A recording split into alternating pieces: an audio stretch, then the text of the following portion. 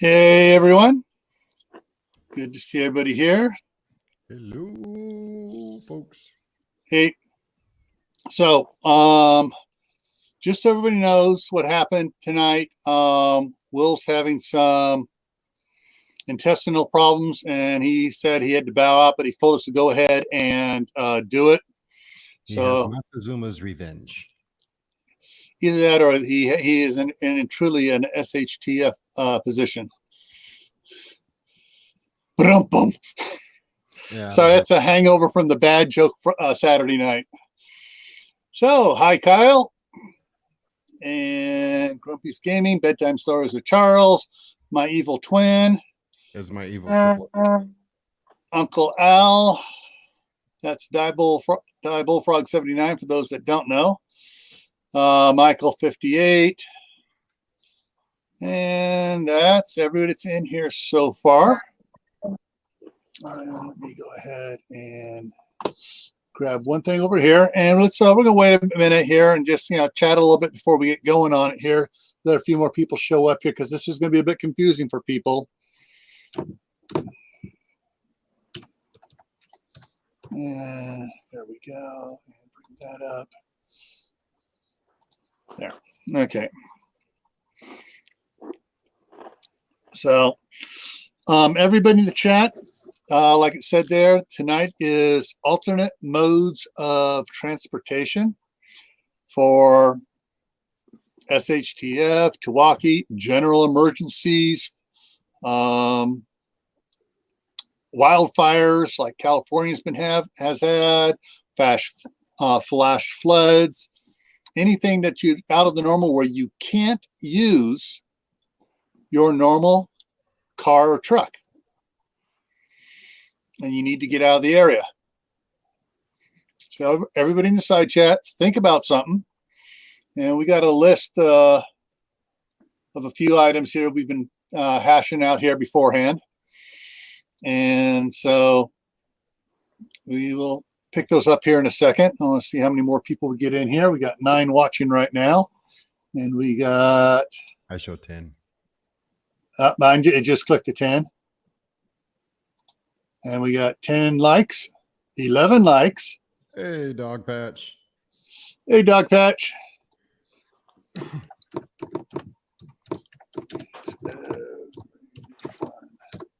There we go. Okay.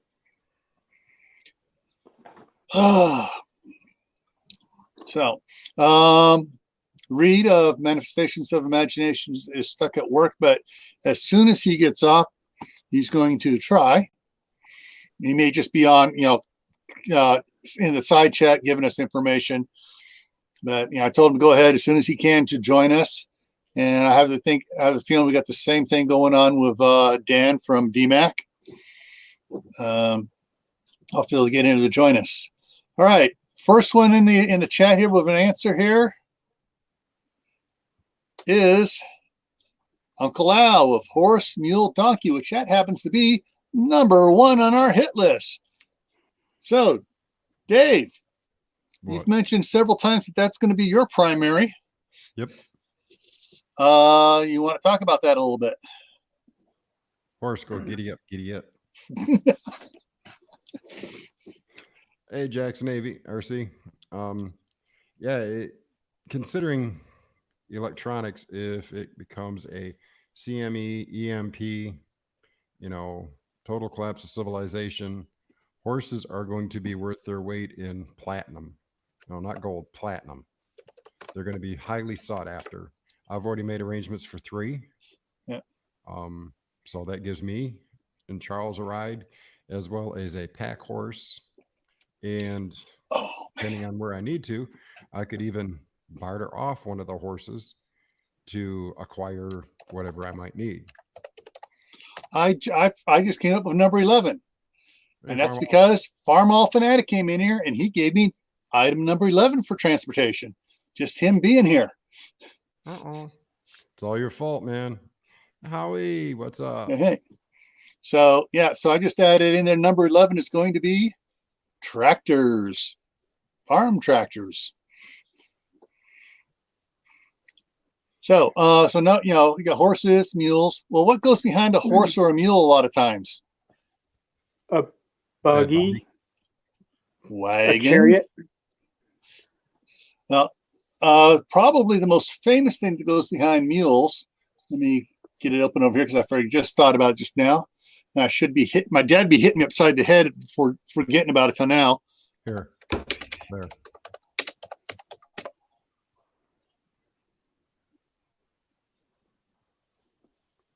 Is, and I'm going to bring it up here, images. My dad actually drove this when he was younger. The 20 mule team. Isn't that borax? That's, Mhm. they hauled borax, yeah. The back wagon was, this wagon here was water for the mules and the driver. And then the other two wagons was the borax being hauled out of the desert. Mm-hmm. And this is a nice long shot of it there. But yeah. So mules and horses or, oh, and how many saw, I didn't see the blooper bowl, but was Budweiser in it again in the commercials? Yeah, I feel like one or two. I know Bud Light was. Did they have their Clydesdales? Nope, not that I saw. They didn't do the Clydesdale pulling the big wagon, huh? Unless it was during the Ooh. halftime show. I turned that crap off. All right, That's Farmall convenient. said can convert to steam power. So his tractor or something can convert to steam power. Very good idea. One thing I wanted to add for those that are unaware, a mule is a cross between a donkey and a horse. Yep. And they Yep. are sterile. So you can't breed mules. You have to keep a donkey, a jack, and a horse, a mare, so you can get a mule. Yeah, it's got a much better disposition than a donkey. And believe it or not, for many years back in the early half of the last century, 1940s and 50s and stuff, there were hundreds and hundreds and hundreds of mules running around Arizona, southern Utah, northern New Mexico, southern Colorado, and all the area out there. Because there were a lot of donkeys and Mustangs out there, and they were mating, and there was a lot of wild mules out there. And my dad had a job for about 3 years harvesting mules for the casinos in Las Vegas. They served mule steak. It was very prized. Well, I know George Washington, he loved mules so much that he had to get donkeys imported just so he could breed mules. There was a specific one he was trying to get from France. Ended up getting one from the King of Spain, who gave him 2 jacks so he could go around the country making mules. Little fun fact. Yeah, mules were very good. They're more durable than horses and stronger than donkeys. And they're sure-footed, more sure-footed than a horse. They're not quite as stubborn as a donkey. And whenever you're pulling lumber, especially big lumber, you want a mule team because they'll, signals, vocal signals they can hear, and they'll do what you tell them to do. Yeah. And they work much better in a group. Yeah, the two main commands are G and Ha. And one's for left, one's for right. And when they're trained, the mule skinner at the back will just yell G, and they'll start turning into one direction. Ha! They'll start turning the other direction. All right, so let me get my list back up here. So we've covered, the prime animal way of having alternate form of transportation, mules and horses. Don't forget dog sleds too for animals, for if you're in that location. Yeah. Okay. Add dog sleds. Well, yeah, you could, if you had wheeled little wagons and stuff, run dog sleds instead of on, you're not on in the snow. That's actually how they train them during the summer months up in Alaska, is with a wheeled sled. Yeah. And of course, your wheel sled needs to have one very important thing. Brakes. Yep. All right. The next thing that I came up with, and everybody agrees, and I think everybody came up with it, should have come up with it on their own. Yep.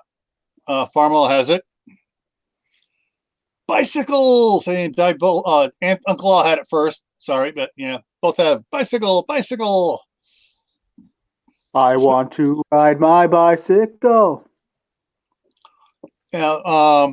Sorry, I don't have that one in the musical playlist. Yeah. Yeah, bicycles come in all sorts of forms, so not just bicycles, but adult tricycles. Mm-hmm. And that is where I got the next little thing here to show you guys. There are a whole bunch of different types of it. There's side-by-side tandems. There's all sorts of neat ones out here. Big baskets, little baskets on them. There's even, where is it here? Ah, there it is. This one here, which has seat in the back for two and the one in front, like they do over in Hong Kong. But then, besides these, there's one more bonus one, which Dave said I had to find, and I found it for him. And that is, there it is. Get that out of the way. Electric assist adult tricycle. My butt anywhere. So it has the pedals on it, but it's got the electric motor system underneath the basket back here in the back. So yeah, it gives you extra boost and stuff where you can go farther, and what you don't tire out so fast. It helps you go. Now the electric bike or electric trike and others are limited by one specific problem, and compared to a regular bicycle,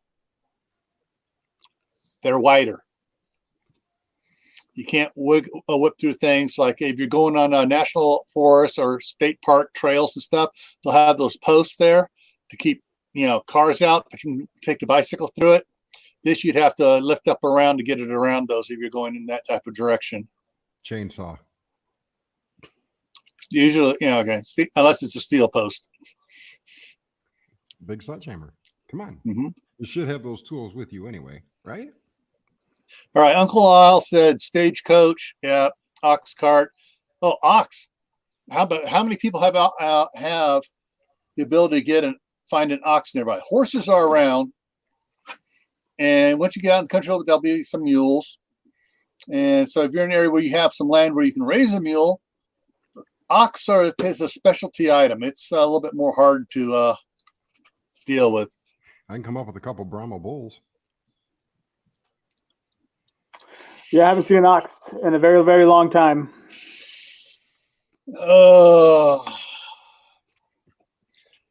See, my family has a bad problem with Brahma bulls. The St. George rodeo arena, the first 4 feet of it is not wooden. It's concrete. And my dad got pinned between that and a Brahma bull one season. He had 4 10-inch pins in his hip from that. They're not one to mess with.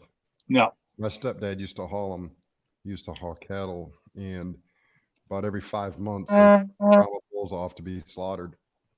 And they'd have to take and dehorn them before loading them. Otherwise, they'd put their horns through the roof. Yeah. How many of you guys, anybody saw the movie Blazing Saddles? Never heard of it. What's it like? Okay. All right. I'm hearing a beep beep sound. Yeah, that's people keep texting me because they're dumbasses. I mean, buttholes. Oh. So okay. They know that I'm live and they're still texting me because they're just trying to be buttholes. So go figure. Oh, so you got your own personal trolls. Yeah, they really do aggravate the crap out of me. Yeah. So, anyways, in the movie Blazing Saddles, I forget the actor's name, the former football player that played Mongo. He rides into town on a Brahma bull. They had that Brahma bull slightly sedated. Hey, CR. Hey, CR. Hey, at least he rode the bike in here. The rest of us just kind of walked. Hmm. Could you Yeah. just imagine what life would be like in, say, the Civil War era if they had bicycles? Oh, messengers would be zipping all over the place as fast as they could. Since What they do you didn't mean? quite get them until what, 1880, and they were Mhm. even the big front wheel and small back wheel, and just basically for like really rich people. Imagine if they had Yeah. like all-terrain bikes.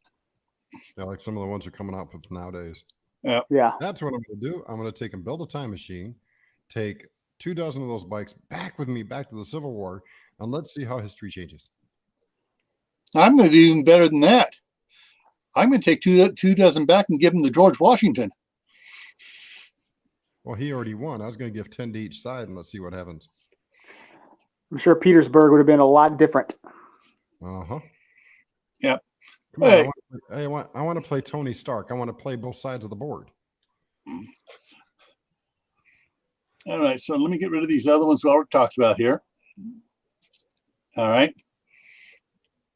And get the list back up here. All right. So obviously after bikes and trikes, if it is even in some cases of an EMP situation, or if it's just bad traffic jams, floods and stuff where you're not gonna be able to use your car, another option is a motorcycle.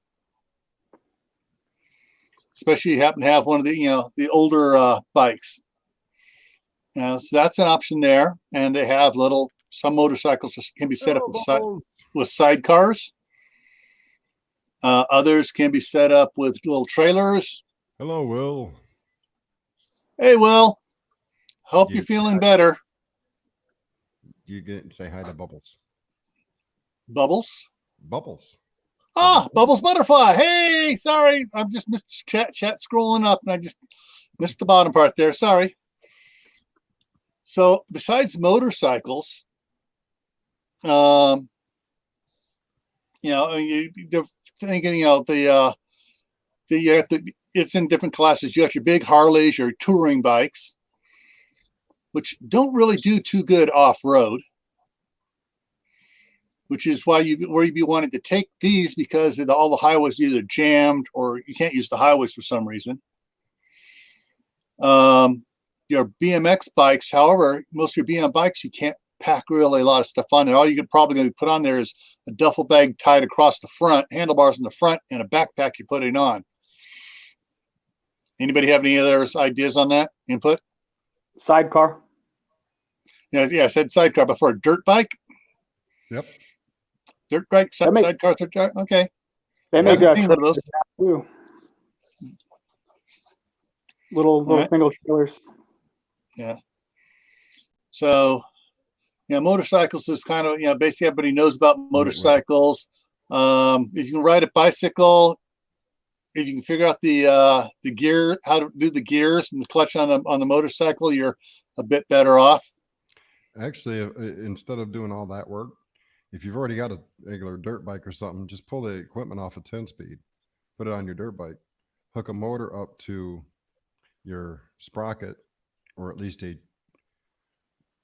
another gear and a tensioner, so the motor can turn it via centrifugal clutch and you can shift gears that way. Or you can turn the motor off, and seeing as how it's on a centrifugal clutch, you can pedal and not interfere with the motor. Bubbles, we are talking about alternate modes of transportation in an SHTF event. And we've already gone through horses, mules, and then pulling wagons and carts and buggies, stagecoaches, whatever. We talked about bikes and trikes, and both, and they have both of them are available in electric assist nowadays. So we're finishing up motorcycles now. And just for the record, this doesn't have to be SHTF either. It could be if gas prices get just so high, it's a little ridiculous, and we have to go back to think of ways to get around without having to worry about gas. Or it could just be like an event, like a massive super category 6 hurricane coming ashore, and everybody's trying to get out of town. And they jam the freeways and cars start breaking down, and you need to get out of there too. Come on now. Our government is not that lazy to let something like that happen. Houston. I mean, Houston, we have a problem. Hey, We cannot control the weather. We cannot control the weather. I just realized I'm a little dark in here. I forgot to turn my other lights on. Ta-da! holy cow, we could see you for a second there. I thought you were CT. No, for a second there, I was playing, CT, Corsair Trainers. Yeah. All right. So I think I better dress it up for Will. Put on a nice hat. He left. He left. Yep. Okay. Said hi, screamed, and then left.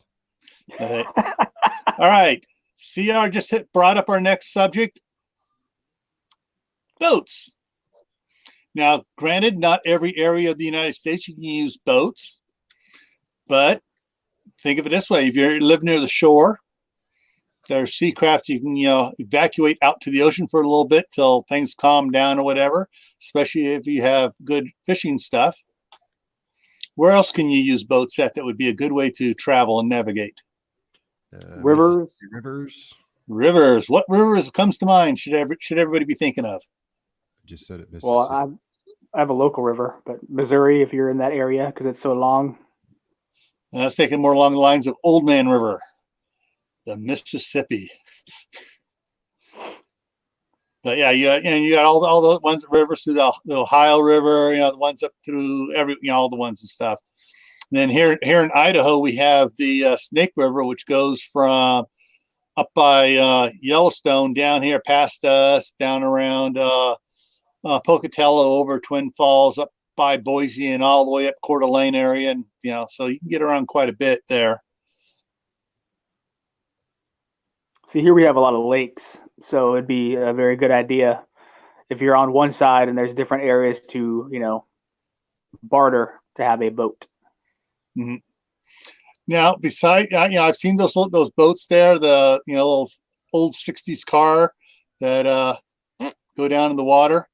But there's also from World War II, and they've had a few of them that they've been converted. They're called ducks, and they've been converted for tour boats and stuff. And they use them over in the Hawaiian Islands too, as well, where you can look, basically it's a 4-wheel vehicle that's amphibious, and you can go that way too.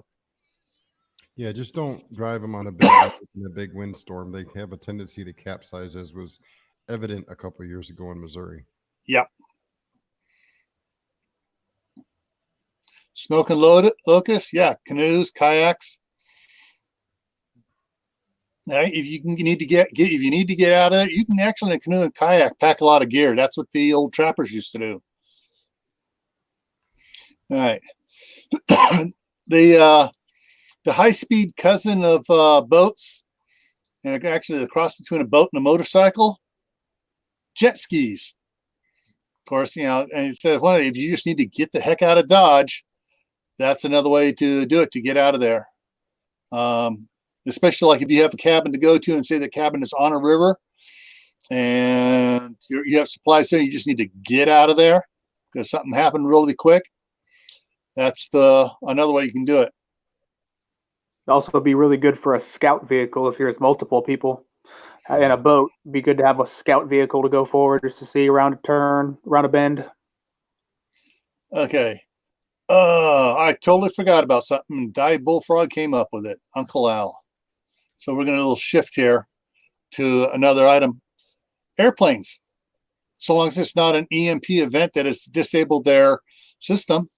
And you also have like the old Catalina planes, which are, air and sea, such as in the first Expendables movie. Mm-hmm. But there's a lot of different ways, different type of planes. And actually, what's kind of along planes is just Uncle, I think bringing up made me think about crop dusters. They carry a lot of weight. They go slow. They don't need high speed to to get up. Along the same line, wrong one. This one. Brastard says the gyroplane. Or gyrocopter, if you prefer calling it that. Okay, so let's. It looks like we're skipping around here. Let's go over here. CR is saying the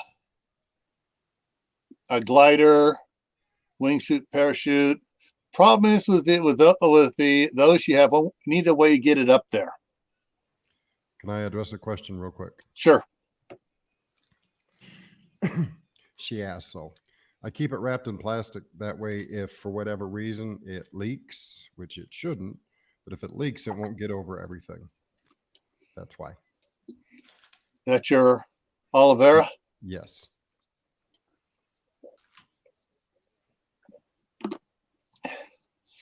Thank you, Ryan. Ryan said to everyone, remember to hit the like button. Is that hard? Yeah. Dave, I don't know why you just seem to be able to make me laugh. Squirrel. Okay. All right. Well, Jet if you need to skis. take an intermission to laugh, I can always turn the music up so you can, No, that's okay. All right. CRs are right up there with us. I think he snuck a peek into your house and looked at your list. My list, yeah. Mm-hmm. Access to rail car hand cars, yes. Right, that's part of the next thing we had up, which was carts, and something everybody has an access to for carts is what type of cart? Shopping Cart. Now you don't go very fast with those, but you can go, and you can put some stuff in there, and you can move. I'm trying to think of the book. Let me make a suggestion with shopping carts.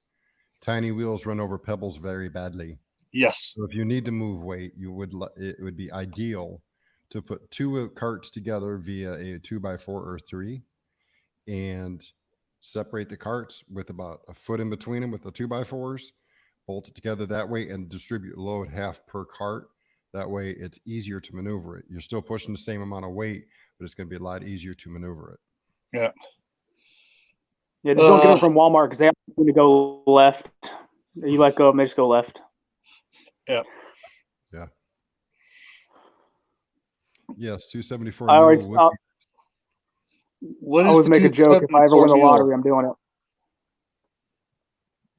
Guys, what is the M274 mule? It's a military vehicle. A vehicle, okay. But do you have one already? This is something we're trying to keep it a little bit more access, that you have access to already, that you can use or get it really quick. So like if going back to the planes, you got to have access to friends or whatever, or got to know how to fly an airplane. All right, so carts, you got shopping carts, go-karts. Some way just to get the heck out of Dodge, but they are loud. And then, of course, there is another type of cart. This over here, so I can bring that up. Come on. I hate it when it does that. Okay, so I want to go ahead. It's going to be this one here. Come on. There we go. Something from history. The Pioneer hand carts. They used to pack quite a lot of weight on those, and they traveled from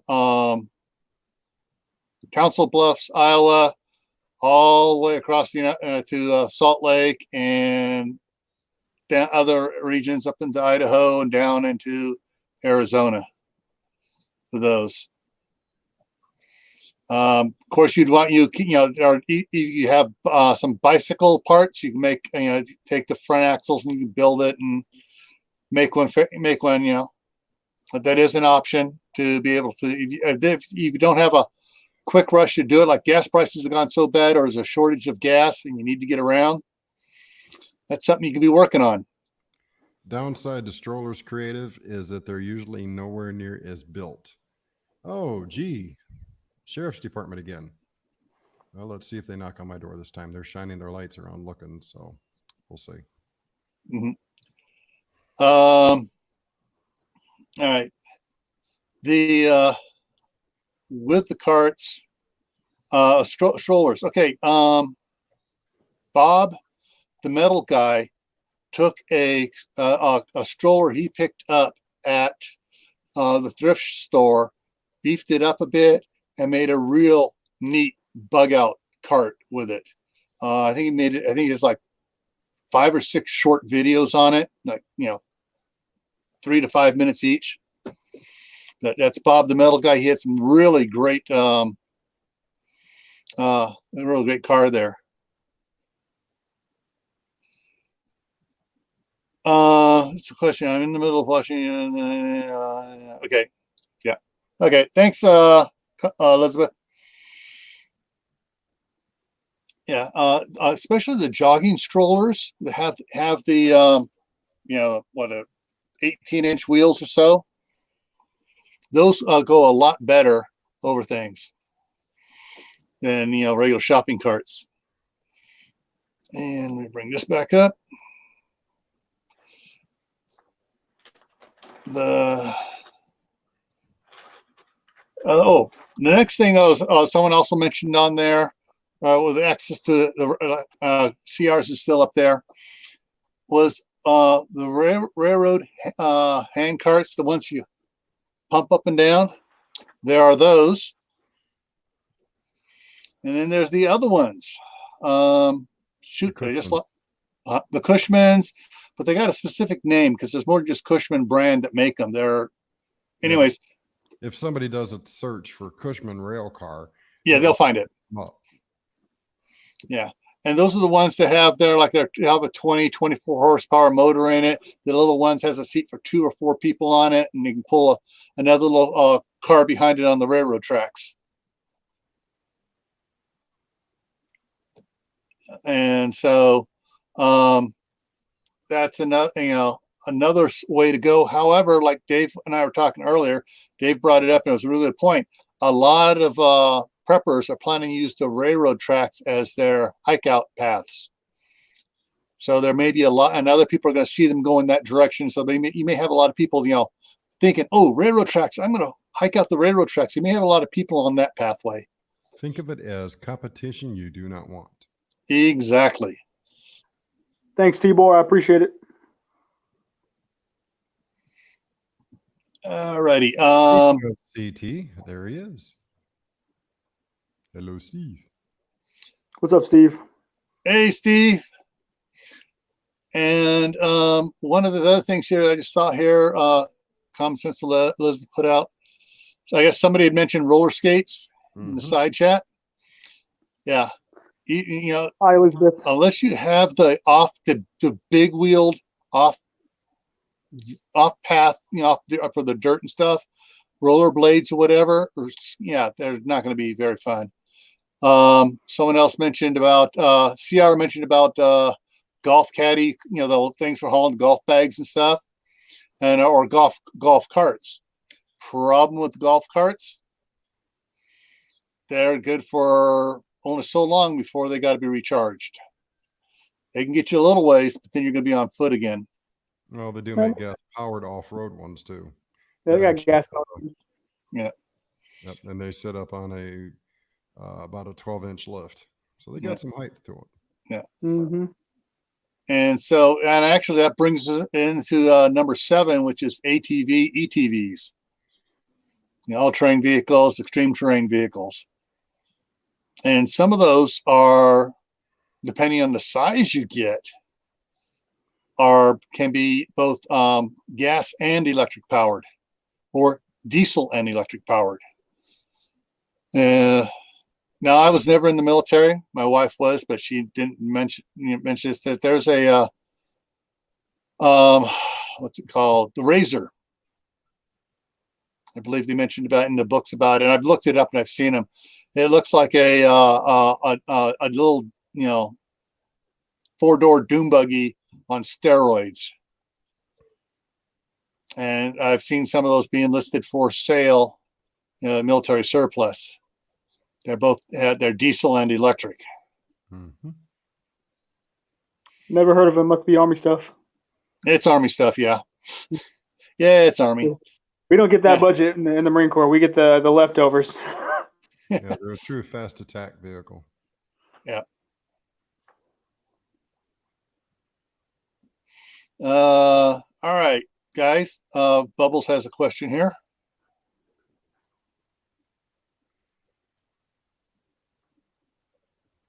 Go ahead. Oh, you guys have some input time. You the host. Yeah, okay. Oh, like you hear your guys' input on this.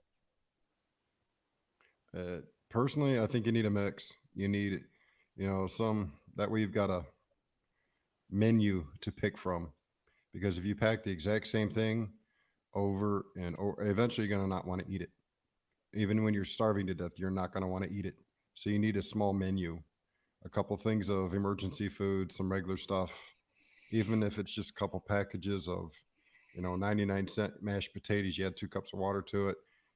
Throw maybe a little bit of one of your main courses out of a MRE in it, just to mix it up. Because if you eat the same thing over and over again, yeah, food fatigue. Yeah.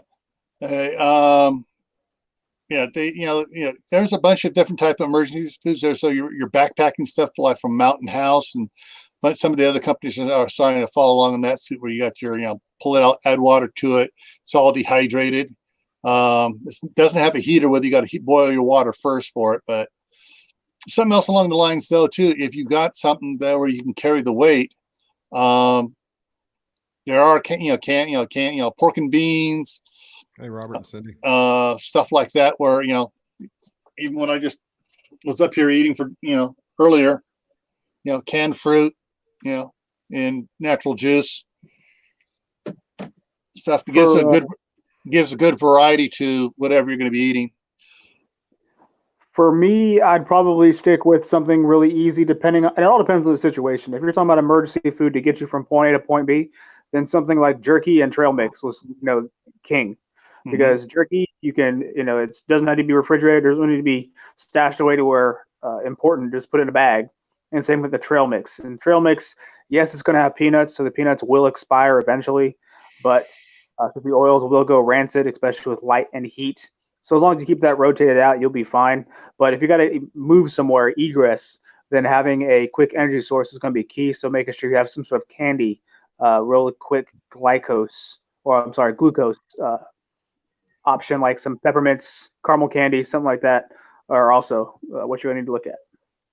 Yeah, this also ties into one of the live streams we did maybe 2 months ago, with on just-in-time prepping, about locations, where to go to, your bug out locations. It doesn't have to be the end of the world or a major SHTF event where you need someplace to go to. For the government, it's called a safe haven, and they want most people to have a safe haven that's at least 50 miles away.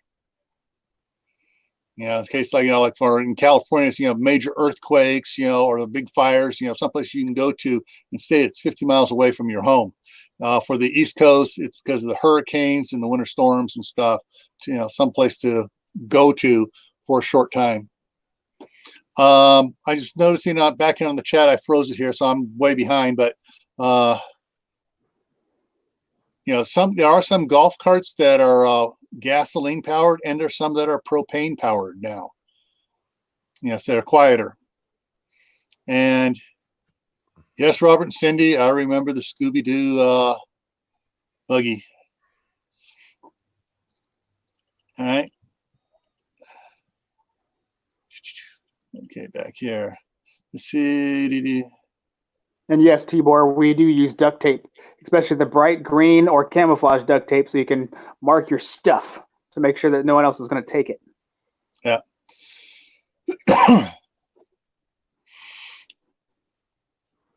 Exactly. Plan A, B, C, D, E, F, Z. Yeah. Got to have backup plans, because the route you're planning to go to as your backup route, because you can't take your car and you're taking one of these other means we're talking about here, that route may be congested with people on foot, people on, motorcycles, ATVs, whatever. And so you got to choose another route. So you need to have multiple routes to wherever you're going to. Yeah, that's a good point down there, Tibor. It being military, I guess, is one of those things that just kind of goes hand in hand in my brain. I really don't, consider anything else, but weight is definitely the biggest issue, and we all know water is heavy. So if you're going to be hiking a great distance, and you're going to have a lot of water. That's going to be most of your weight. You're not going to want to carry a lot of things that are heavy.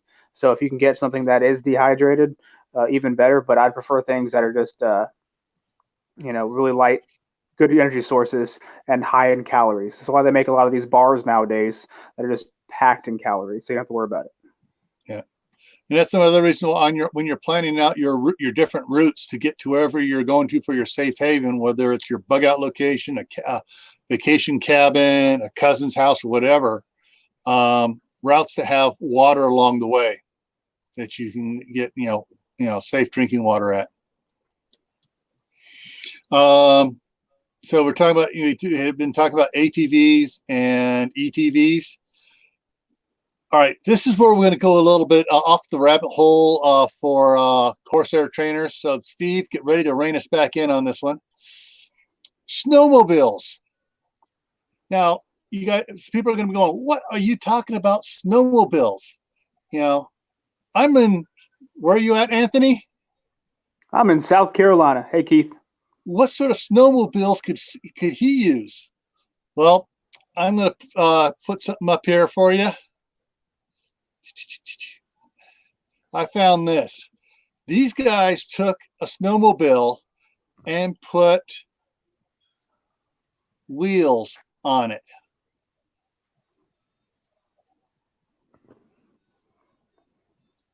Watch this stuff.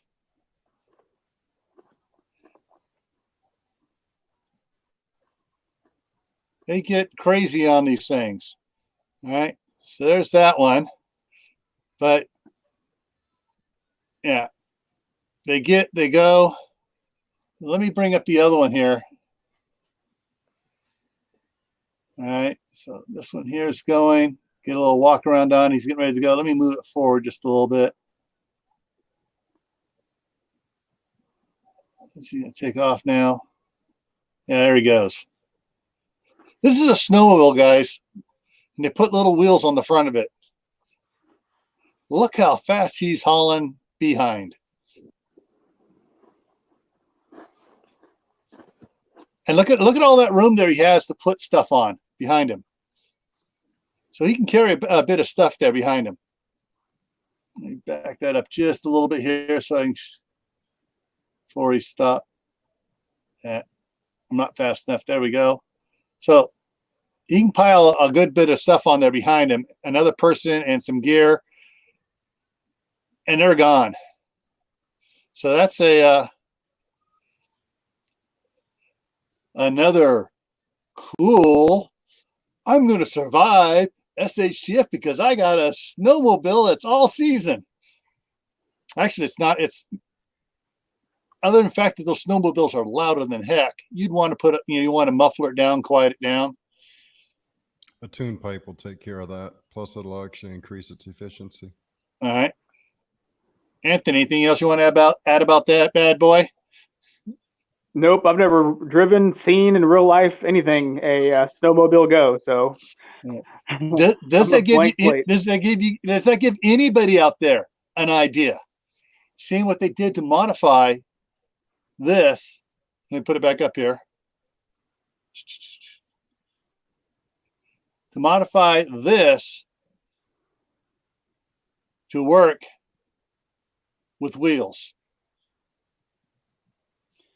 It reminds me of like a single half track from like the World War II era. They had the track in the back and the wheel in the front to turn. Yeah, that's what it reminds me of. All right, let's see. Side chat here. We got Robert and Cindy Moore. Those things rock. And he says, I want it.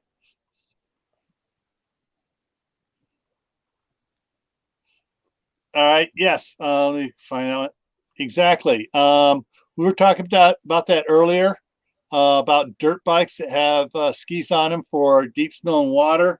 And in fact, I was talking about we're using them. Let me go here real quick. And Triple X, the Return of Xander Cage, where he's riding it he and the other guy are riding two of those bikes across the water and stuff. Yeah, there's another thing there to be able to use and try. And oh, by the way, let me go back here. Where is it here? These two videos I showed were guys that did it on their own, but I found online kits to put wheels on the front of them online. And all I did was Google snowmobile front wheel kits. And so they make kits for snowmobiles so you can drive them in the grass or the sand. That's where I think the place they would do good is out on the sand dunes and stuff, because they would have all sorts of traction just like in the snow. Okay.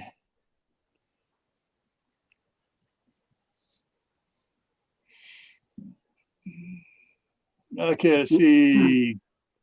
Yeah, you definitely want to keep in mind your area, your general area you're in, because I live in the East Coast, and if things kind of do get overgrown, the vines will take over very quickly, and you won't be able to get anything like that without having a sturdy front wheel. Yeah. So yeah, there's a mention you wouldn't be that hard to actually modify a set of wheels to one. Most of your newer style have a shock assisted ski, and it wouldn't be that hard to modify a shock assisted wheel in the front. Yeah, and all these guys did is when they took off the where it came down and where it connected the thing, they took it off and they welded a little plate on there and put the bolt through and put the big bolt through the for the axle of those I guess those are like garden cart or wheelbarrow type wheels that they put that together with. So that takes care of that one. Let's get the list back up here and see what else we have.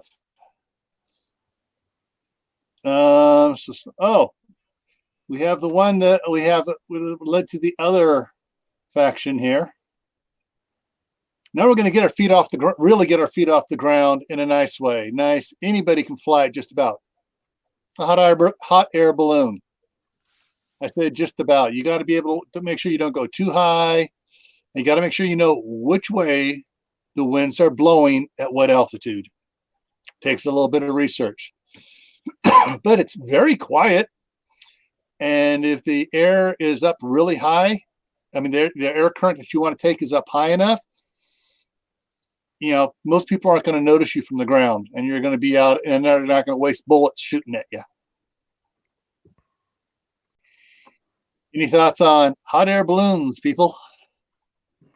I think it all depends on where you're at, but if you were in a very wide open area like the central of the United States with a lot of wind, it might be a good idea to travel the long distances. Yeah. Because once you're airborne, it doesn't take that much gas to keep it up there. Yeah. And there are two types of hot air balloons. Well, two types of balloons. One's hot air, and the other one is a sealed system with helium. And they have a little electric pump there and a battery and a little solar panel to keep it charged. And they just pump the back and let it out and back, in and out of the balloon into the tank.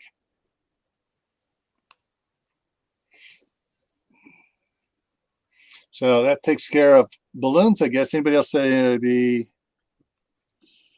okay, talk about stuff, different vehicles, motorcycles. Cool. Yeah, just the one thing with the 22s, Tibor mentioned something about his daddy's 22, or someone shooting at you with their 22. When you get high enough, bullets lose their velocity very quickly. You can shoot straight up. Yeah, you guys that's why they have anti-aircraft guns, especially because the wind shear from even 300 feet up is ridiculous. If you've been on an aircraft, you can see it when you're shooting down. The bullet does this, and it's very difficult to hit what you're trying to hit. Yeah, especially with lighter ammunition. Mm-hmm.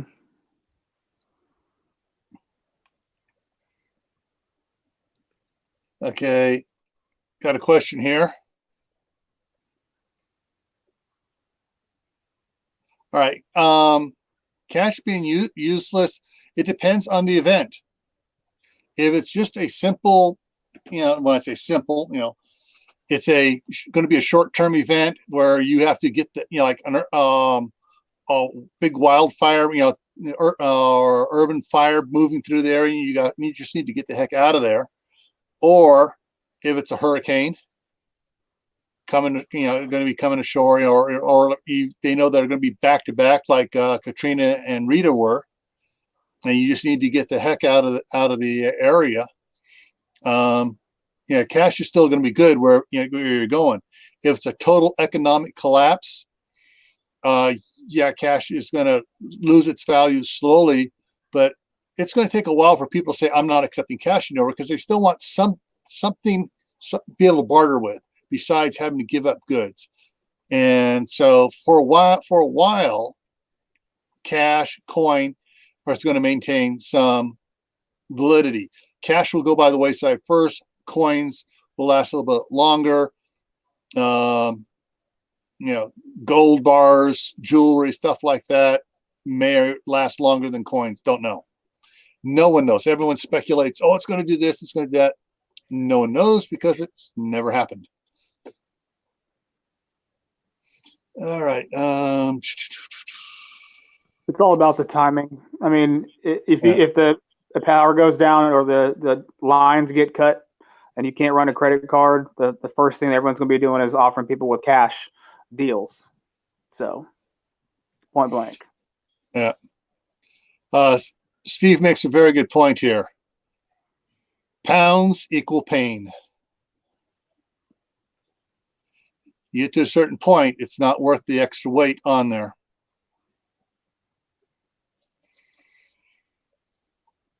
All right. The other thing, other than hot air balloons, an ultralight. It has a motor. It can take off from fields and doesn't have, or any road surface at all, so long as there aren't a bunch of overhead wires. So, guys, what are your thoughts on ultralights? I know there's some close. Advantages, disadvantages. If you're in an open area. What was that? I was saying, if you're in an open area or you have to, like, say you're on Hawaii, it's a very good idea to go from island to island. If you are in a desert and there's great distances between towns, probably be another good option. What can you guys think of are the disadvantages of an ultralight? Noise. All right. You're slow. Okay. To me, the thing that jumped out at it was in the title, light. It doesn't carry much weight. Yep. It's more of a get out of Dodge kind of thing. Yeah. The only thing is with paramotors they're smoking is paramotors can't carry as much weight as an ultralight. Yeah. You want to see the epitome of an ultralight, go watch Peter Spruill. He's here on YouTube. He built his own that does not require a license. And it's big enough to carry about 600 pounds. Yeah. I have no idea, but I know there are a lot of videos on some of the hot air balloon races and stuff. They talk about that on those. So do some, if this is something you're thinking about, do some research. And we're just throwing out ideas here. We know about some of these things, but some of them it's going to like, hey, it's going to take some research to figure it out. Yep, and it all depends on your situation. If you have an airport really close to you and they have that kind of stuff there, hey, it's a good opportunity. If you live next to water, then you're going to be looking hardcore for some boats, canoes, rafts, something, paddle boats. Yeah. Never know. Tibor will verify this. The Middletown, Ohio Airport, there is an ultralight club that's out of there, as well as over in the Lebanon Airport. There's an ultralight club there. as well as it's where our local hot air balloon club is. Yeah. Now, at the beginning of the event, people aren't just going to be shooting at the planes because everybody's still just getting out of Dodge. So if you're using a plane ultralight to get out and get away, they're not going to be wasting their ammunition at first thing because as far as they know, the law is not at an end. Especially if it's like a wildfire situation, hurricanes, stuff like that. You're going to find out that in most, even in a TEOTWAWKI or a SHTF event, the respective law isn't going to die out instantly because there's still going to be questions. It's just really going to be it may be a day or two before things get ugly for those, on those that are bugging out. Key thing with any time that there's a chance that you need to bug out is being able to make that decision before those around you can or decide to. You want to be on your way before they get the idea to do it. Or just we are thinking about alternative. Imagine if everybody else is bugging out and they're stacking up every avenue that everyone else thinks about on the roads, and you got to figure some other way out. So, certain things to think about.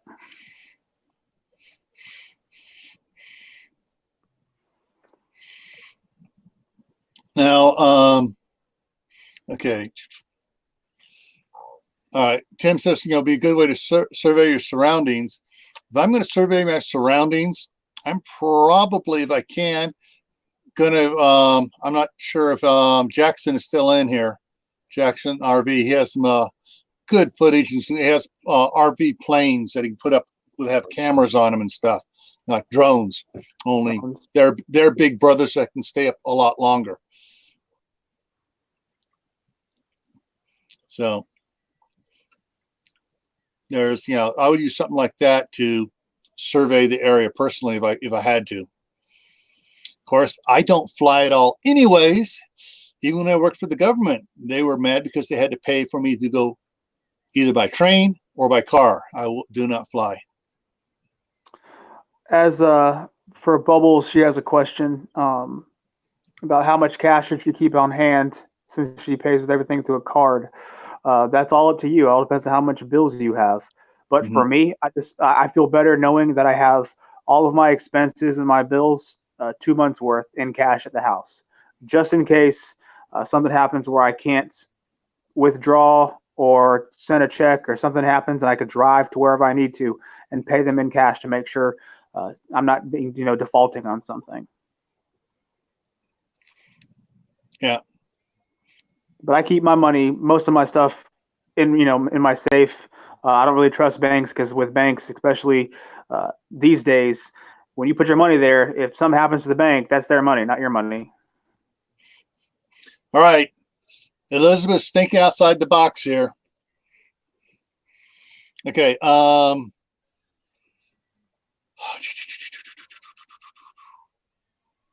There are kits you can get for the motorized wheelchairs and stuff, and there's other ways you can do it too.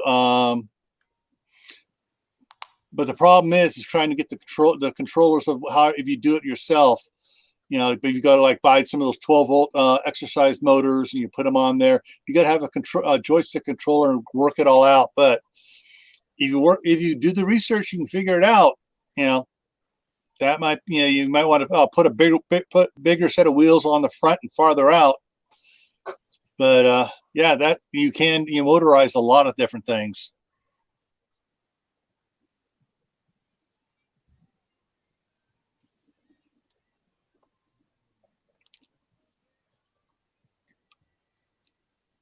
I love it.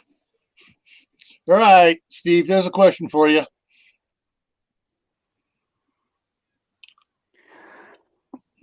And everybody else. Just remember, you don't want to be asking for change, so the smaller the better. Exactly. I would say you probably have like a couple 101s stashed in different places.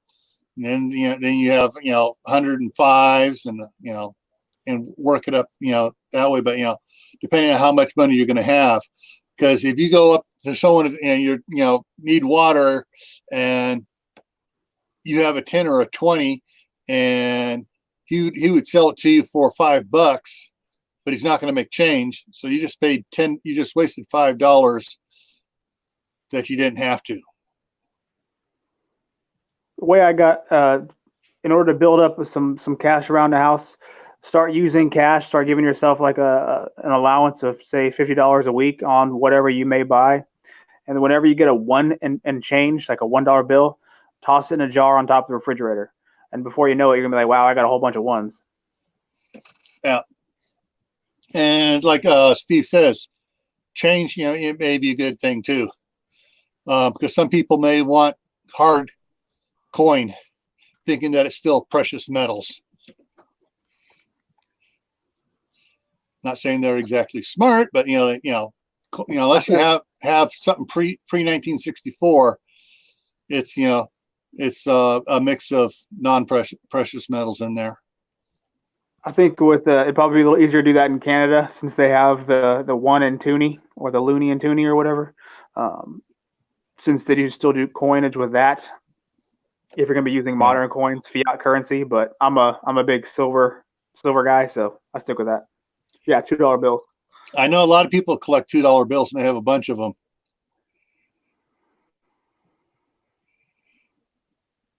Good point here.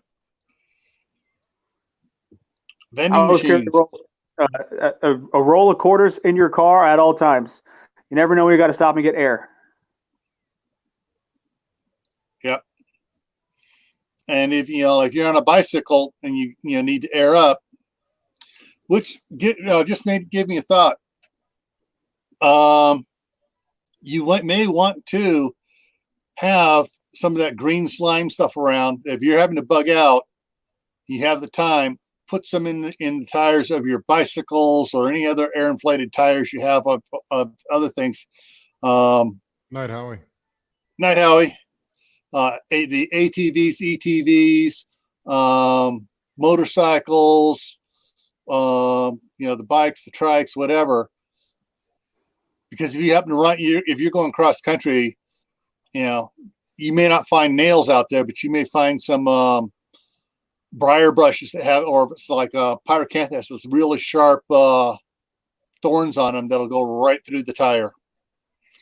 We used to get more flat tires riding cross country on our bicycles as kids than we did from stuff off the streets.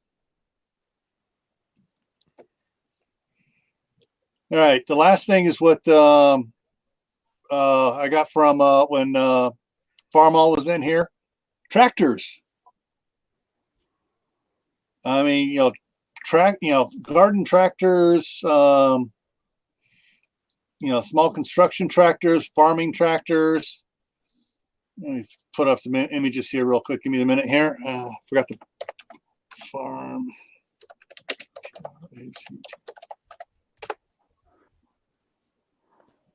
And that's right there. Now, let's throw this here. So there's all sorts of different type tractors. You got big ones, you got smaller ones, you got ones that are compact garden ones, showing here inside. Yeah. There's all sorts of different size tractors that can be used. There we go. Compact garden tractor.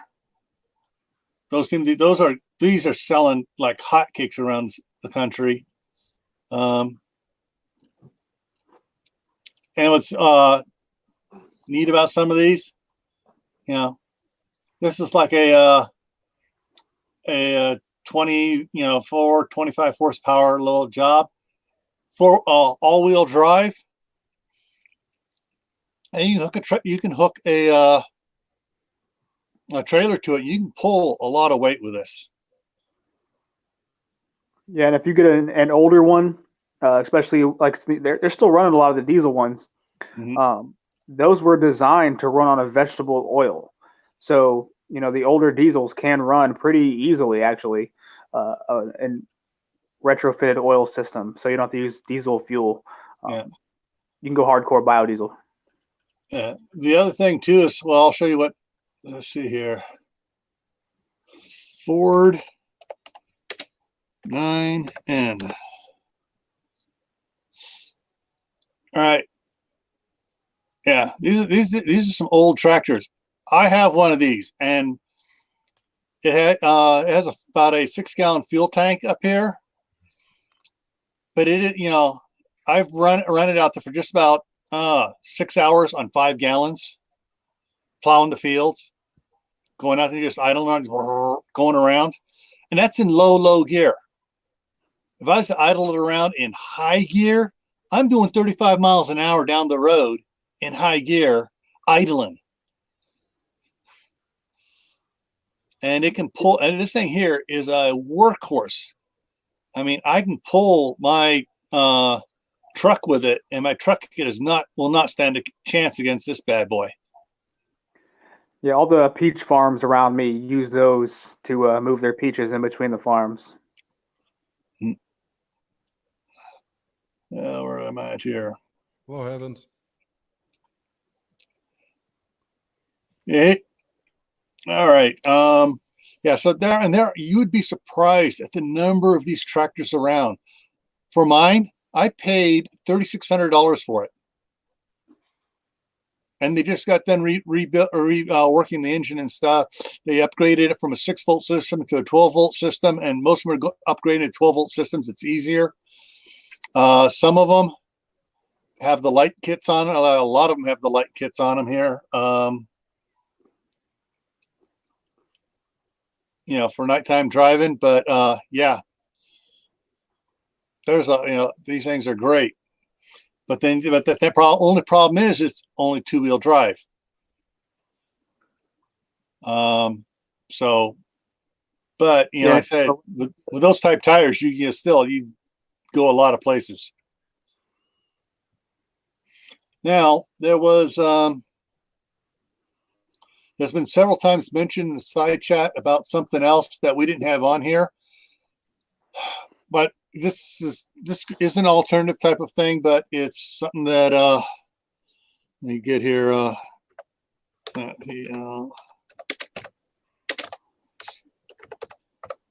that website up. You can get spare military equipment, and it does really good cross country. Yeah. And so let me put it over here. There it comes. Let's go. There we go. There are a lot of places that have a lot of the used Humvees. I mean, $2,800, you get a certified used Humvee. And Feel sorry for whoever's stuck behind you when you're trying to merge on the highway, though. 5 minutes later. What's that? What do you mean? They're slow as dirt. They have no get up and go. And they have no AC unless you get the new ones, the ones that are coyote colored. The older ones don't have AC, so if you're in the southern climate like me, you sweat everything out of you in the first hour. Yeah, you don't want a rag top for that one. Mm-hmm. Yeah. And they got the open doors on them. But what was also talked about were trucks. Deuce and a half. Yeah, everybody says deuce and a half, but some of these ones here, come on, let's go. Hey, 5 ton's a good one. Yeah, they have the 5-tonners. They have some of the 5-tonners, 510 cargo trucks, and they even got the big heavy hauler ones. And just get a cement truck, so that way you can throw all your friends in the back and party. Just drive away and spin, all kinds of fun stuff.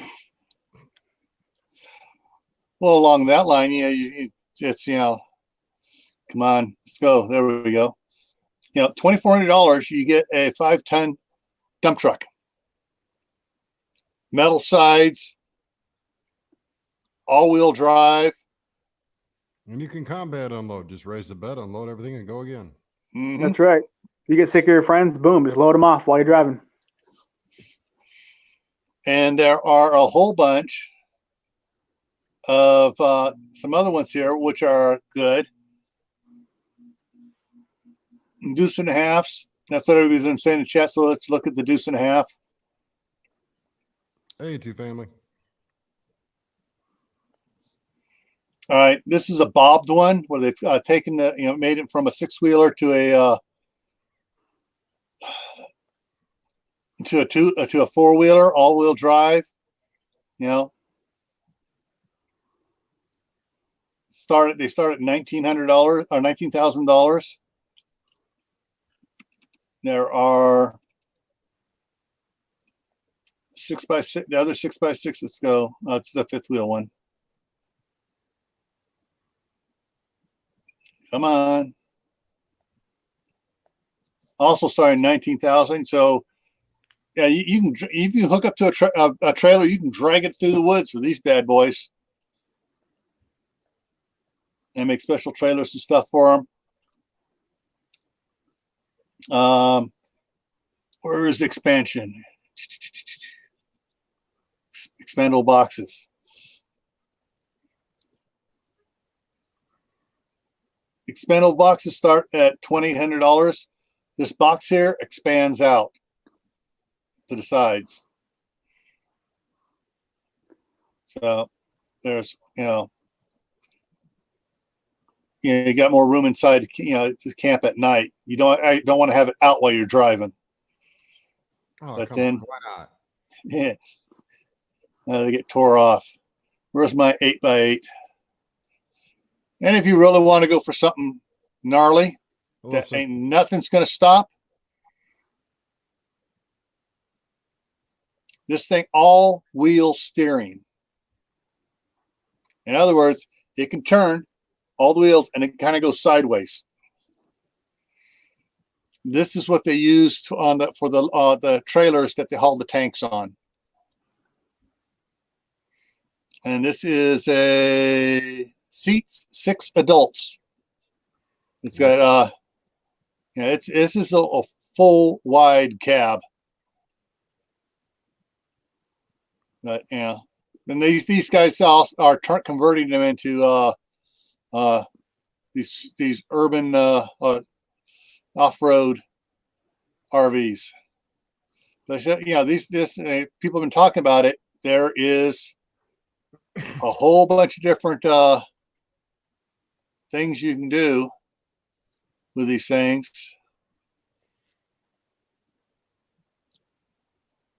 And this company is in a bunch of around here in the West, a bunch of them. But these little trailers here, yeah, you can find those all over the United States. Hey, T-Board, don't forget we also got one in Lebanon over there. We got a guard depot. A little bit bigger, something. This might be something you can find a farm tractor. You tow it behind the farm tractor. And they're designed to be replaced in components. They don't when they replace things, they don't replace them, small things or whatever. It's like legit can be removed. One big, the whole axle, boom, like really quickly. So you're not going to be down for, a day, 2 days. You can be wham, bam, thank you, ma'am, and you're done. Yeah. So yeah, there are a lot of options out there of old military equipment for doing different things.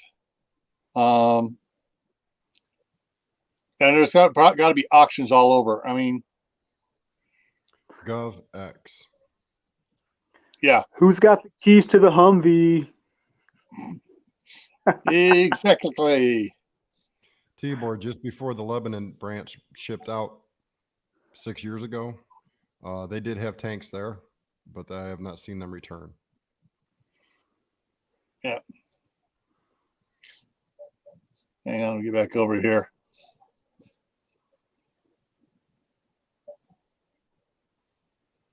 Yeah, some of these engines are multi-fuel engines, and they're built so they can burn anything and not fly apart.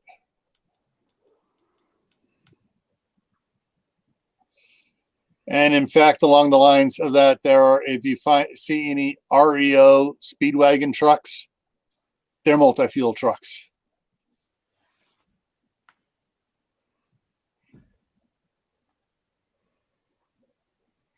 But, these go off-road. Sierra was saying, don't forget normal RVs. No, those are stuck on the highway. You want something you want to be able to go off-road, get up on the railroad tracks, drive down the railroad tracks, go up the forest trails, anywhere. So that's the kind of stuff we've been talking about is, alternative where you just got to get the heck out of here. That crane works and right go. There. That wrecker works great because if something's in your way, you back up, pick it up, move it out of the way, turn around and go again. Yeah. So these are the kind of things we were talking about here. Horses, mules, wagons, motorcycles, boats, jet skis, which are, boats and skis are limited to waterways. Carts, shopping carts, go-karts, hand carts, railroad carts, both powered and non-powered. The ATV, ETVs, and they have ATV, ETVs that look like monsters on steroids that are former military you can get hold of in certain areas that are both combination diesel and electric. So when you're at night, you switch over from the diesel and run on the battery so no one hears you. So that's what we covered with so far tonight. And what else do we have in the side chat? North Star's got to go. All right, Kathy.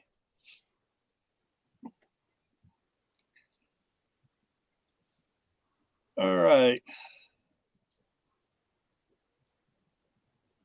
Yeah.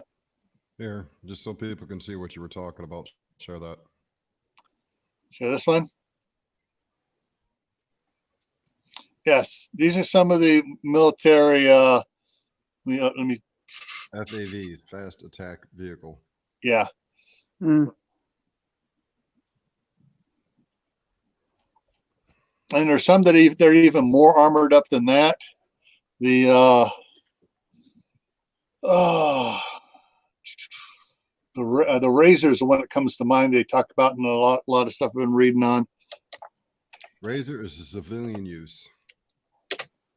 It was started by Polaris. They did make something for the military that is a Razor on steroids, which is most of what you're looking at right there. Yeah, I'm used to the homemade ones from like the Insurgents where they just put a 50 on top of a Toyota Hilux. Mm-hmm. Yeah, that's what I'm used to. Let's see if I was trying to find it here. The one I had, it's not showing it. I have to look it back up again. But yeah, it's almost like a light duty Humvee, 4-door Humvee. That's with or without doors. And they got the side mounted M60s and all sorts of fun stuff like that. Okay, so what is ACV? Apple cider vinegar. Is that what he's talking about, or he's talking about some sort of vehicle? I don't know. They were talking about fluids, and I thought we were just being cheeky. All right.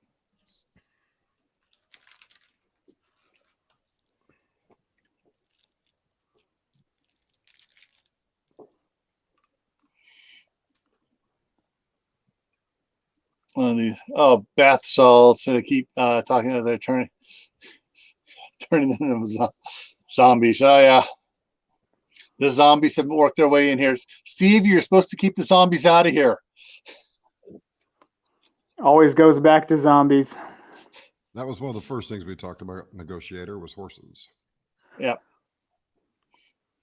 Let's see here. RAHO. And if you're in Asia, elephants. Ain't got much to say there, Heavens. All right, let me throw this up here. All right. Draft horses. Yeah. Everybody should recognize this draft horse here. The Budweiser wagon.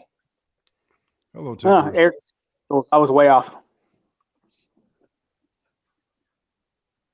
Hey, Tinker's wife. But yeah, draft horses are for big loads. And mules, we talked about mules.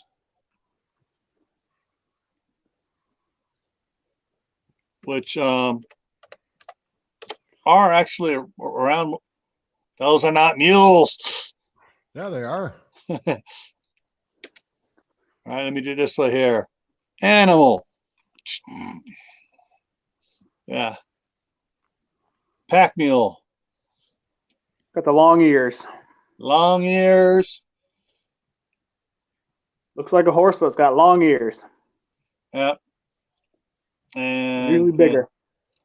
Let me do it this way here. Come on. Just type in Borax team. Yeah.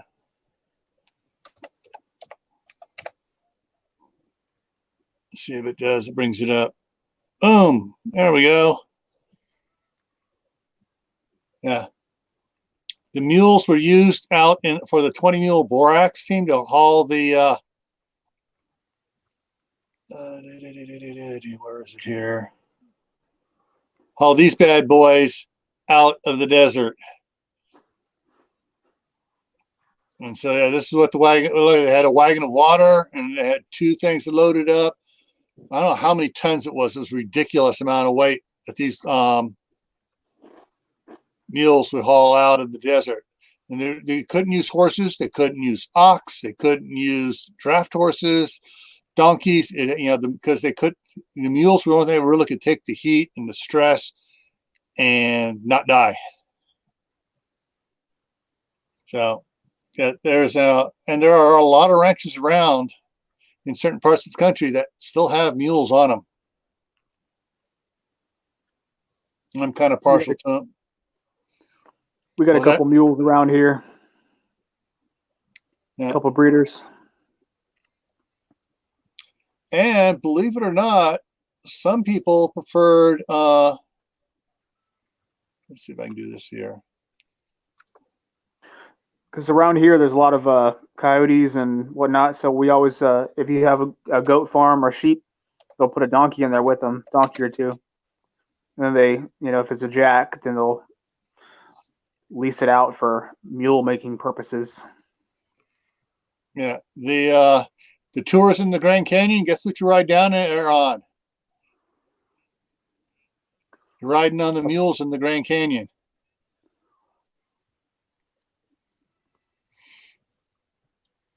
And so, yeah, mules are a lot of, are still around in a lot of places because they're sturdy. Like Anthony said, they're very sure-footed. Yeah. Very smart, too. The donkeys have gotten the bad habit of being stubborn because they basically have to watch you do something before they'll do it themselves. Mules aren't quite that bad, but they have the sure-footedness of a donkey because the way their eyes are. They can see all four of their feet. Yeah. And yeah, and riding a mule is not that uncomfortable. Yeah. They don't go as fast as horses, but they don't when they go, they don't jerk you around like some horses can. They have a more even gait. Michelle, donkeys keep predators away. Donkeys do not like the canine family, so they'll usually chase off coyotes, dogs, that kind of thing. Yeah, exactly. And probably the worst. Just lost it. What it's called? Donkeys, horses, mules, that family of animal to be kicked by is going to be a mule. It has the power of the donkey and the leg length of a horse. A mule kick is very, very painful, and they actually I've seen them kill a mountain lion in Arizona up there when I lived up at the north rim of the Grand Canyon. They will also stomp snakes too. Yeah. Oh yeah. It's they'll circle around. If a mountain lion or a coyote comes in, there's several mules there. They will circle the predator.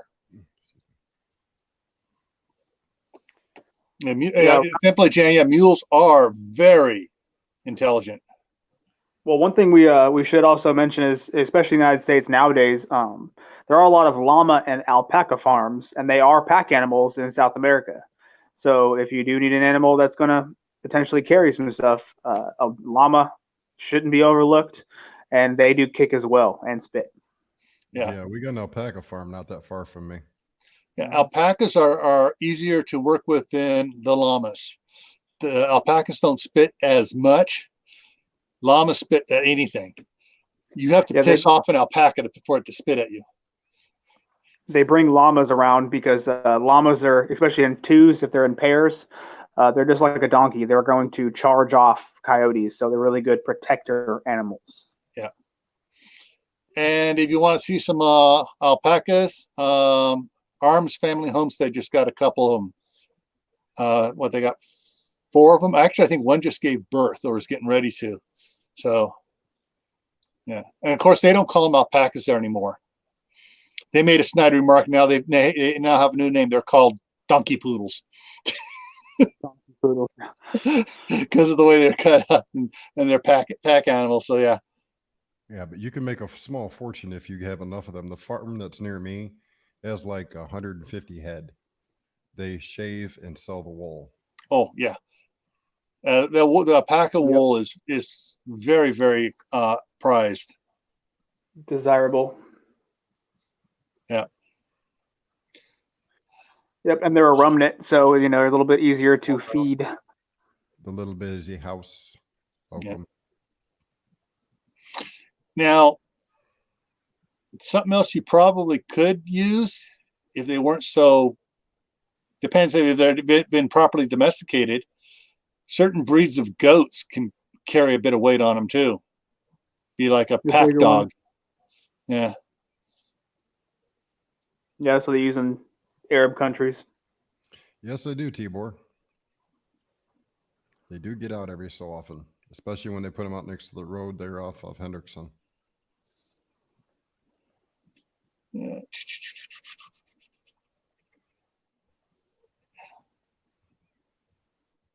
Yeah.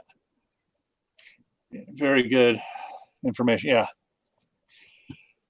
Let me go back up here. In case anybody's wondering. Come on, I want it. Missed. They didn't go all the way back. All right. Come on.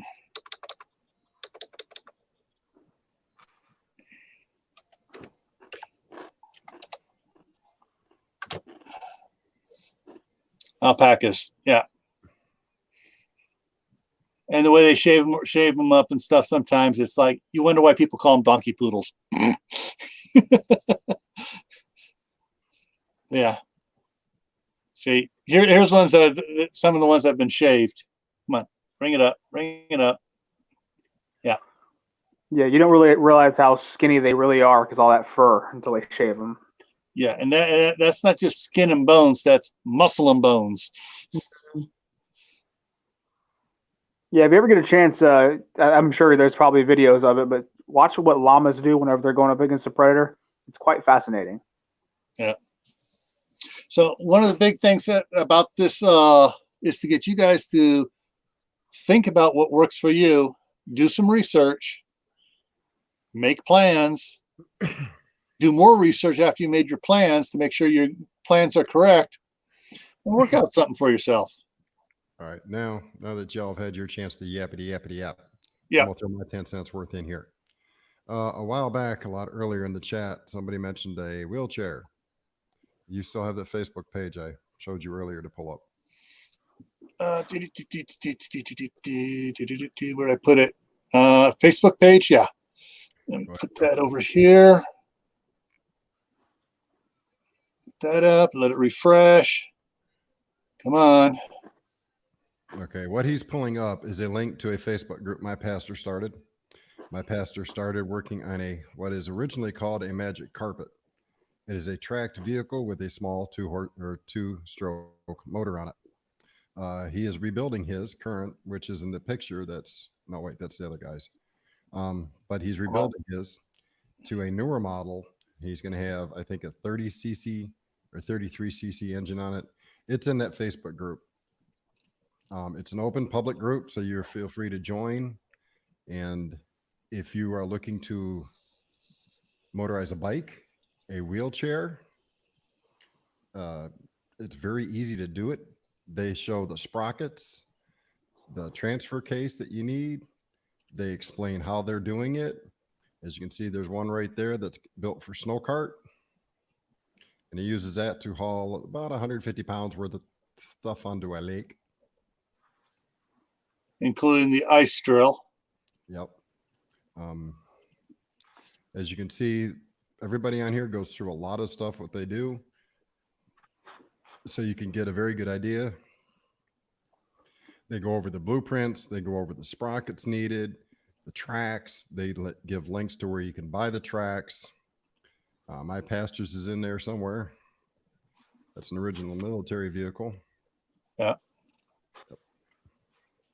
And that's my pastor taking an idea I gave him right there using shocks. But yeah, there is a lot of information in that group. If you want to take and motorize a bike or a wheelchair or something along those lines, you can turn it into a tracked vehicle, a half track, however you want to do it. There we go. Yep. See if I can bring out, make that bigger. And it's done. So it's not hard to do. And if you need help, that's the one to do it. I can't post links in here. So if Gil would be so kind as to drop that link into the chat. Well, let me go back here to the mainland. There we go. See. And there you guys go. Yeah. All the information you always wanted, but were afraid to ask. Now you Yeah. And everybody in there is quite friendly. Yeah. And if you ask who sent you, just tell them some goofy guy named Southern Ohio Prepping. Yeah. Some will laugh, some will look at you kind of crazy, but all in all, it's all the same. Yeah, there's all sorts of neat stuff in here. I Like just saw this- there's a horse that lived to be 33 years old. That is impressive. This In the that chat. one. No, he's talking about a horse that lived to be 33. Yeah, that was the ultimate work dog horse. Yeah. Yeah.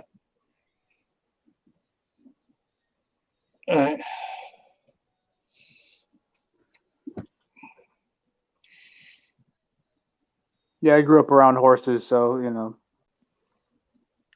There's a reason why I don't have one. Hey, go shovel out the stall again. Great. Hey, I would gladly shovel out a stall if I had a barn and a horse for it. Hey, Anthony. Hmm? Or wait, that's Reed. Sorry. Reed. Reed. Hey, Reed. Sorry. Brain Oh, what's fart. up? But I say what? I'm here. Yeah. It's been a long day. Yeah. I got a barn and some stables and stuff, but I ain't doing horses again. Not unless I have to. Well, I'd rather do horses than cows, See you, Ryan. especially milk cows. Beef cows out in the field, that's fine. But a milk cow twice a day, going out, milking it, straining the milk, cleaning up all the buckets and washing everything down. Yeah. Been there, did that. I'm not going to do it unless I'm in a TEOTWAWKI situation. Yep. And then I'm going to teach my boys how to do it and my grandkids how to do it and let them do it. So yeah, there are a lot of options of things to do. Got to figure out what works best for you. Oh, that's what's the other thing I wanted to show everybody. Give me a second, folks. I'm going to bring this up. And this is in one of my wish lists on, I don't remember which one it's in. I think it's save and compare. Yep. Okay. Talking about bicycles. The Mongoose has the better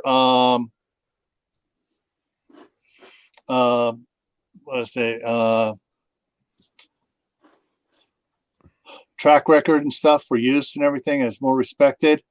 But they both have the same 26-inch fat wheels. So if you're in a muddy situation, raining and stuff, these will not cut down into the mud like regular bicycles will. They got disc brakes front and rear. You can change out the seats for a more comfortable seat. But yeah, more cushion ride on it because the tires give a little bit more. And so yeah, yep. They look at those bad boys. Yeah, they would get you where you need to go. And if you get the one of those like those kids strollers that attach to the bike and go behind the bike, it has two wheels on it. You put kids in and stuff. Works as well. Or if you don't have kids, you put supplies in there.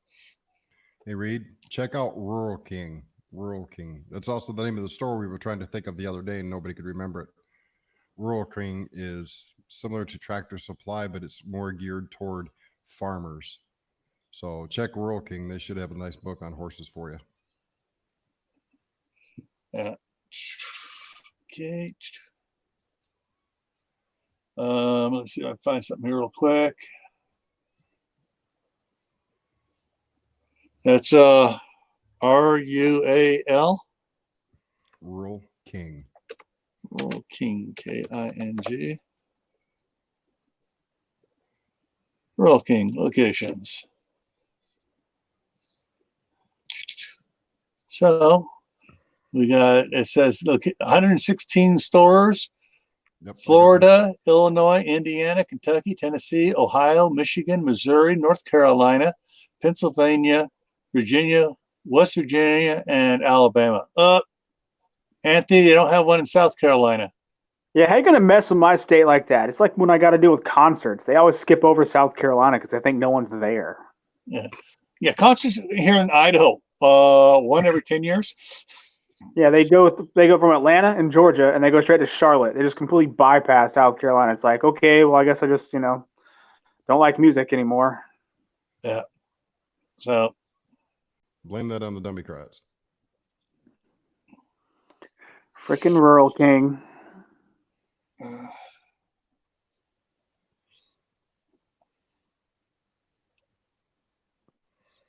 So,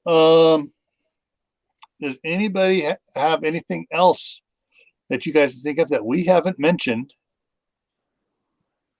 about alternative modes of transportation in case you need to get out of Dodge quick? Now, it doesn't have to be the end of the world as we know it or the poop hitting the fan. It could be a natural disaster. It could be a regional problem. I'm not going to go talk about a certain one, but it could be it could be a chemical release. Say, a refinery goes and suddenly you have 50,000 gallons of chlorine being belched into the air.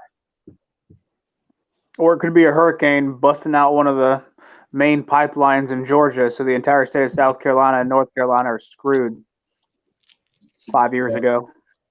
Yeah. The busy little house trails, yes.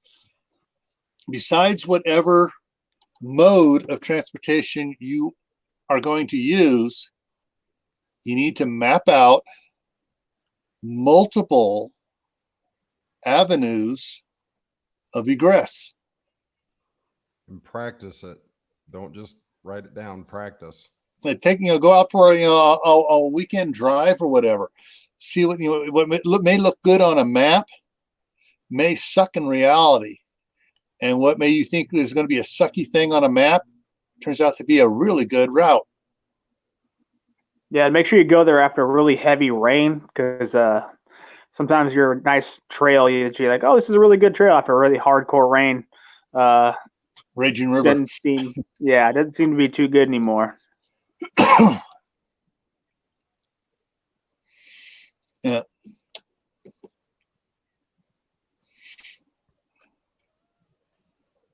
And your trails, make sure. I'm sorry. Go ahead. You go ahead. Okay, I'll pick up. I was going to say, with your trails, you just want to make sure that you're constantly, if you have them on, say, your property, you're using them. The more you use them, the less you got to worry about cutting crap. So the more your trails are in use, the easier it's going to be to pass. Yeah. The other thing to do, besides getting like a Thomas Brother map is good for roads and stuff like that, but you're going to want to get a USGS topographical map. And you can actually download those free. Yeah. Yep. But there are some times where you may want to have the hard copy version that you can actually laminate, put some clear contact paper on to make it waterproof, so you can take it with you, because you may be out there and all of a sudden your crap battery went dead on my phone or my tablet or whatever. Well, that's what I mean. You can download and print them off. Print them off. Okay. Yeah, that's what I got my get home bag, laminated topographical maps. Yeah. We used to use them when we used to go hunting, and things on a topographical map, they have different, I'm having a brain fart, what it's called, the block measurements, different sizes. So you get one that's one size, and it takes up the map, 2 foot by 3 foot, and you have a lot of detail. But if you get that same area on a smaller map, you're not going to have the detail, but it covers the same amount, or you get a more condensed one on the big map. But we used to have those, and we'd take those and we'd laminate the backside when we first get them, and we go out before hunting season and we mark all the new trails and all the new roads the loggers made, and we draw those on there, and then we would laminate it when we get back, so we know where the new ones are. And that way when we go out hunting, we know, all right, we're going to go this way because there's a road here that wasn't on the map. Which is why county plat books can also be a valuable resource, because most of the time you'll find, I'm sorry, I got sheriffs here again. Not here, but they're in the property. Somebody causing problems over at the church next door? No, they're actually on my property, not at the church. The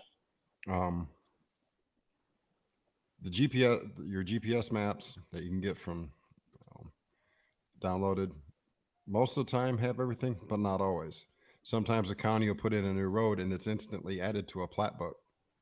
So your plat books for each individual county will have sometimes roads or county access points that are not on any kind of map otherwise, and it can give you a egress that is normally not seen. Yep. Not to mention the fact that if you get both, and you'll be able to find out things like, especially us on the East Coast, wetlands, because a lot of times wetlands are not marked on those plat maps as much as they are on topographical maps, and you don't want to be walking around and all of a sudden, hey, I got a nice easy way going through here, and it's just all swamp. Yeah. All right.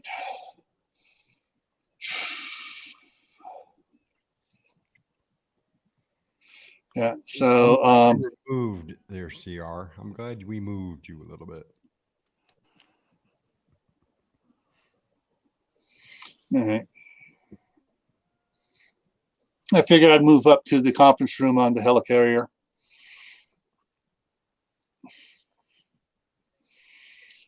Yeah, there's practice, adapt, change. There's for emergency preparedness with the governments, counties, state, federal, and stuff, something called the planning P. And basically you start off, you go up on the P, and you go around, and you go around the next time, and you go around the next time, you go around the next time. As you learn things, you change things up, and you refine your plans and make them better. You know, what may seem like a good idea on a mode of transportation we're talking about here, you may think, oh, it's going to be cool, I'm going to do that. And you may find out, oh, crap, that is not going to work for me at all. Proper prior planning prevents poor performance. Yeah, we had another P in there, but Hey, Pretty. What you do in the bathroom is your business, not ours. exactly. And that's what it was.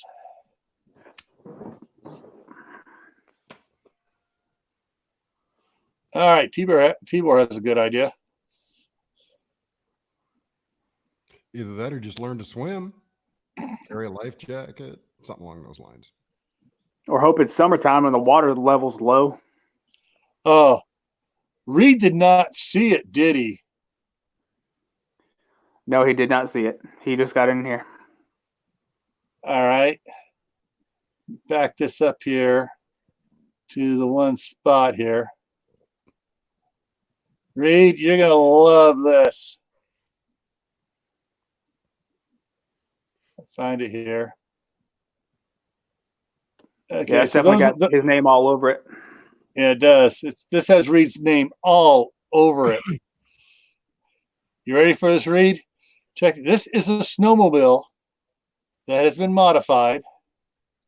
They took off the front and they put wheels on it. Let's move it forward here, where he gets ready to go out into the bush. Here it comes.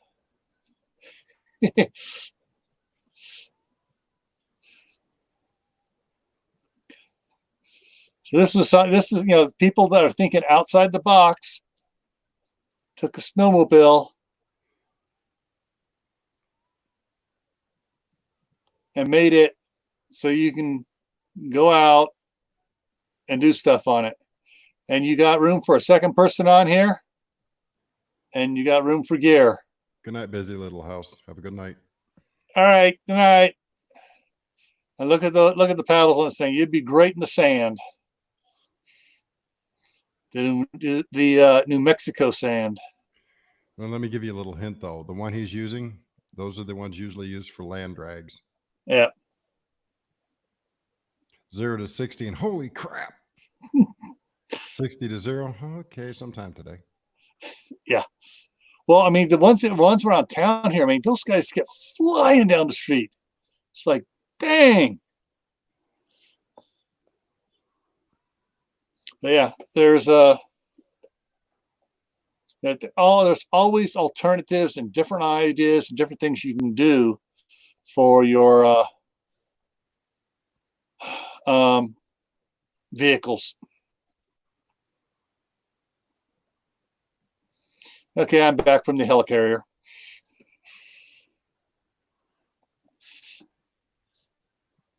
But yeah, there's a lot of good ways to get out of Dodge, and I hope everybody got some good ideas here.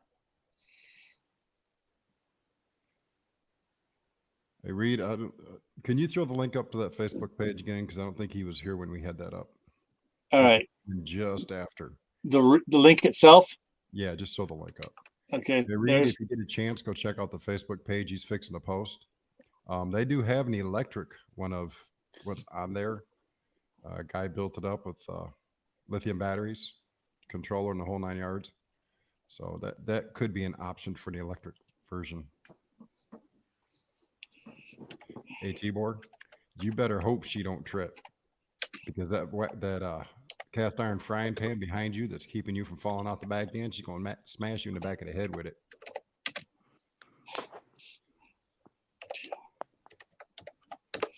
Okay, let me throw this up here real quick. So Reed, this is the other thing for you to look at here. Electric trikes. Have a good night, Tinker's wife. Thanks for coming. All right, good night. Hey, you made it. So yeah, they have a bunch of these different ones here that are electric assist. So they pedal and they have the battery pack underneath them to give you an assist to help you go. But yeah, there's a bunch of different ones here. So Reed, that's your next project, is to take a regular trike and turn it into a power assist 12-volt trike. All you gotta do is go to that Facebook page. That guy's got pretty detailed plans on the sprocket he used and the torque or the transfer case that he used to do it. You know, Dave, I was just thinking on that Facebook page, you had that picture of the World War II track one. German. If you took one of these that has a long back here and put the tracks, made it electric and put track drive on it, like on this orange one here, you could make it, the tracks would be far enough back there that you could extend it back, put a second row of seats on there, or a bigger basket behind there, and all your batteries, and you put a big old fat tire on the front, like that one. This is an electric one too, but it can go anywhere. Night negotiator. Yeah, if I was living up in Michigan right now, I actually would have had one built by now. Yeah, good night, negotiator. But I'm stuck down here in Ohio. Hey, do you know why Michigan hasn't sunk into the Great Lakes? Why? Because Ohio sucks. Ooh. Hey, I'm down here and I can say that.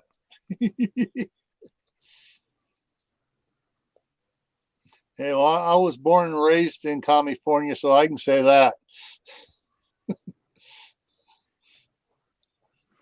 I've never been to either one of them.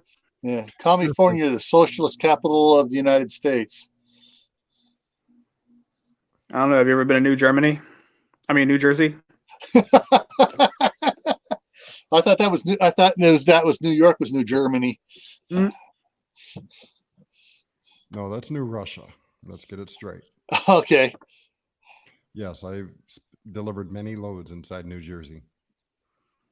Every time you got to go to New Jersey, just stay in Maryland. Don't even worry about it. Maryland to New York, or Maryland, Pennsylvania to New York. Don't even go to New Jersey. Yeah, after about 7 years of driving truck, I told my boss I no longer have the maps to New Jersey, New York, or Boston in my atlas. He called me out one day. I told him, got to the Pocono truck stop, which is exit 20. Well, it used to be exit 25 in Pennsylvania. I don't know what it is now. It's on I-80. And I got there and I said, damn, boss, I can't find it. I don't have it in my atlas anymore. He says, well, you need to go. I said, no, you got another driver here that doesn't want to go back to the dump. So I'll take his load of garbage that you got in that trailer and he can take my load in. Because he likes going to Hunter's Point in New York. Truck driver's worst nightmare. There's literally only one way into the Hunts Point. Sorry, not Hunter's, but Hunts Point in New York. And for a semi, you have to go the wrong way down a one-way street. And the only time to do that is about 3 to 5 or 2 to 4 in the morning. 3 o'clock is usually the best time. And there are people out there that will throw a baby carriage in front of your truck. Some of the police will tell you when you start going down that road, they'll stop you. You'll think you're in trouble. They'll tell you, don't matter what happens, don't stop. There's a good chance you won't live to regret it. Okay. So this is the from that Facebook page. That was the picture we were talking about there, the track motorcycle. But they have all sorts of really cool, neat little assisted things here. See, this comes up here. Hey. So it's plans only, though, to build one of these that you can get for $19.80. Right. And most of the guys will tell you on there, don't buy the plans. Yeah. Follow what these guys are doing. My pastor built his first one sort of following those plans and changed it a lot. Yeah. So yeah, they cover all the stuff you need to do. It looks like I'm absolutely, you know, sprockets, special custom sprockets and stuff. And Let me see. I'll see if I can't find my pastor's YouTube page real quick again, because I close that one out. And he actually goes in quite a bit of detail on his YouTube page on how to build one. So give me a moment here and I'll pull it up.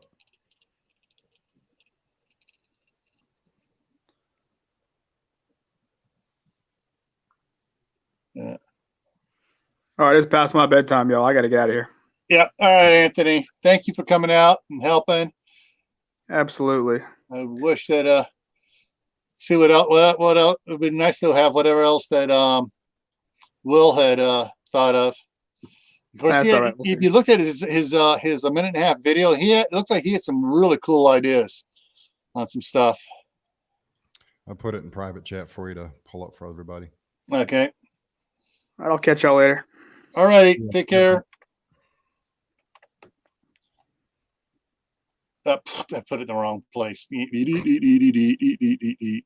Now you're starting to act like me. There we go. And I was going to put that one up here and go ahead and move over to it. That is my pastor's YouTube page. And he goes over how he built his. So you really want to start at the very beginning and kind of follow along. You'll see the evolution of the magic carpet. So that's the ZW, or, you know. That's his last name in German. Okay, so don't ask me how to spell it or say it, because I can't. I just call him by his name, Pastor. So that's his home. So videos. Okay, here we go. Boom. Yeah, his homepage. The homepage looks weird. Yeah, he doesn't have it very well set up. Yeah, but yeah, he's got the all sorts of them tests and stuff. Cool. Bunch of good videos on it. And he actually lists in his videos when he buys a part, and he puts, you know, he explains why he bought it. You know, he'll give a link to where he bought it, and you know, it gives you the information you need. That's what pitfalls he finds, because he lists those as well. Okay. So what is Reed planning on doing this summer? Taking over the world. Oh wait, that's my job. Doom doom doom doom doom. Doom doom doom doom doom. Doom doom doom doom. Doom doom doom doom doom. Nerf.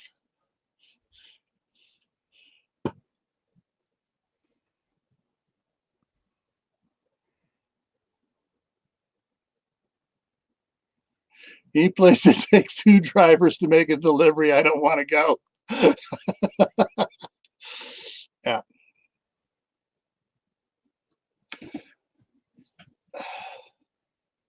Now, a lot of the stuff that we're talking about here is because the roadways are impassable. So what do we got? We got 11, 10 watching now. So yes, I think we've run to the end of the show, folks. Hope we gave you plenty of information out there and things to do. And time for everyone to, in the Eastern time zone, to go to sleep. So everyone, thanks for coming by. And hopefully we'll be back next Monday so he can run it next Monday. All righty. See y'all later. And 3.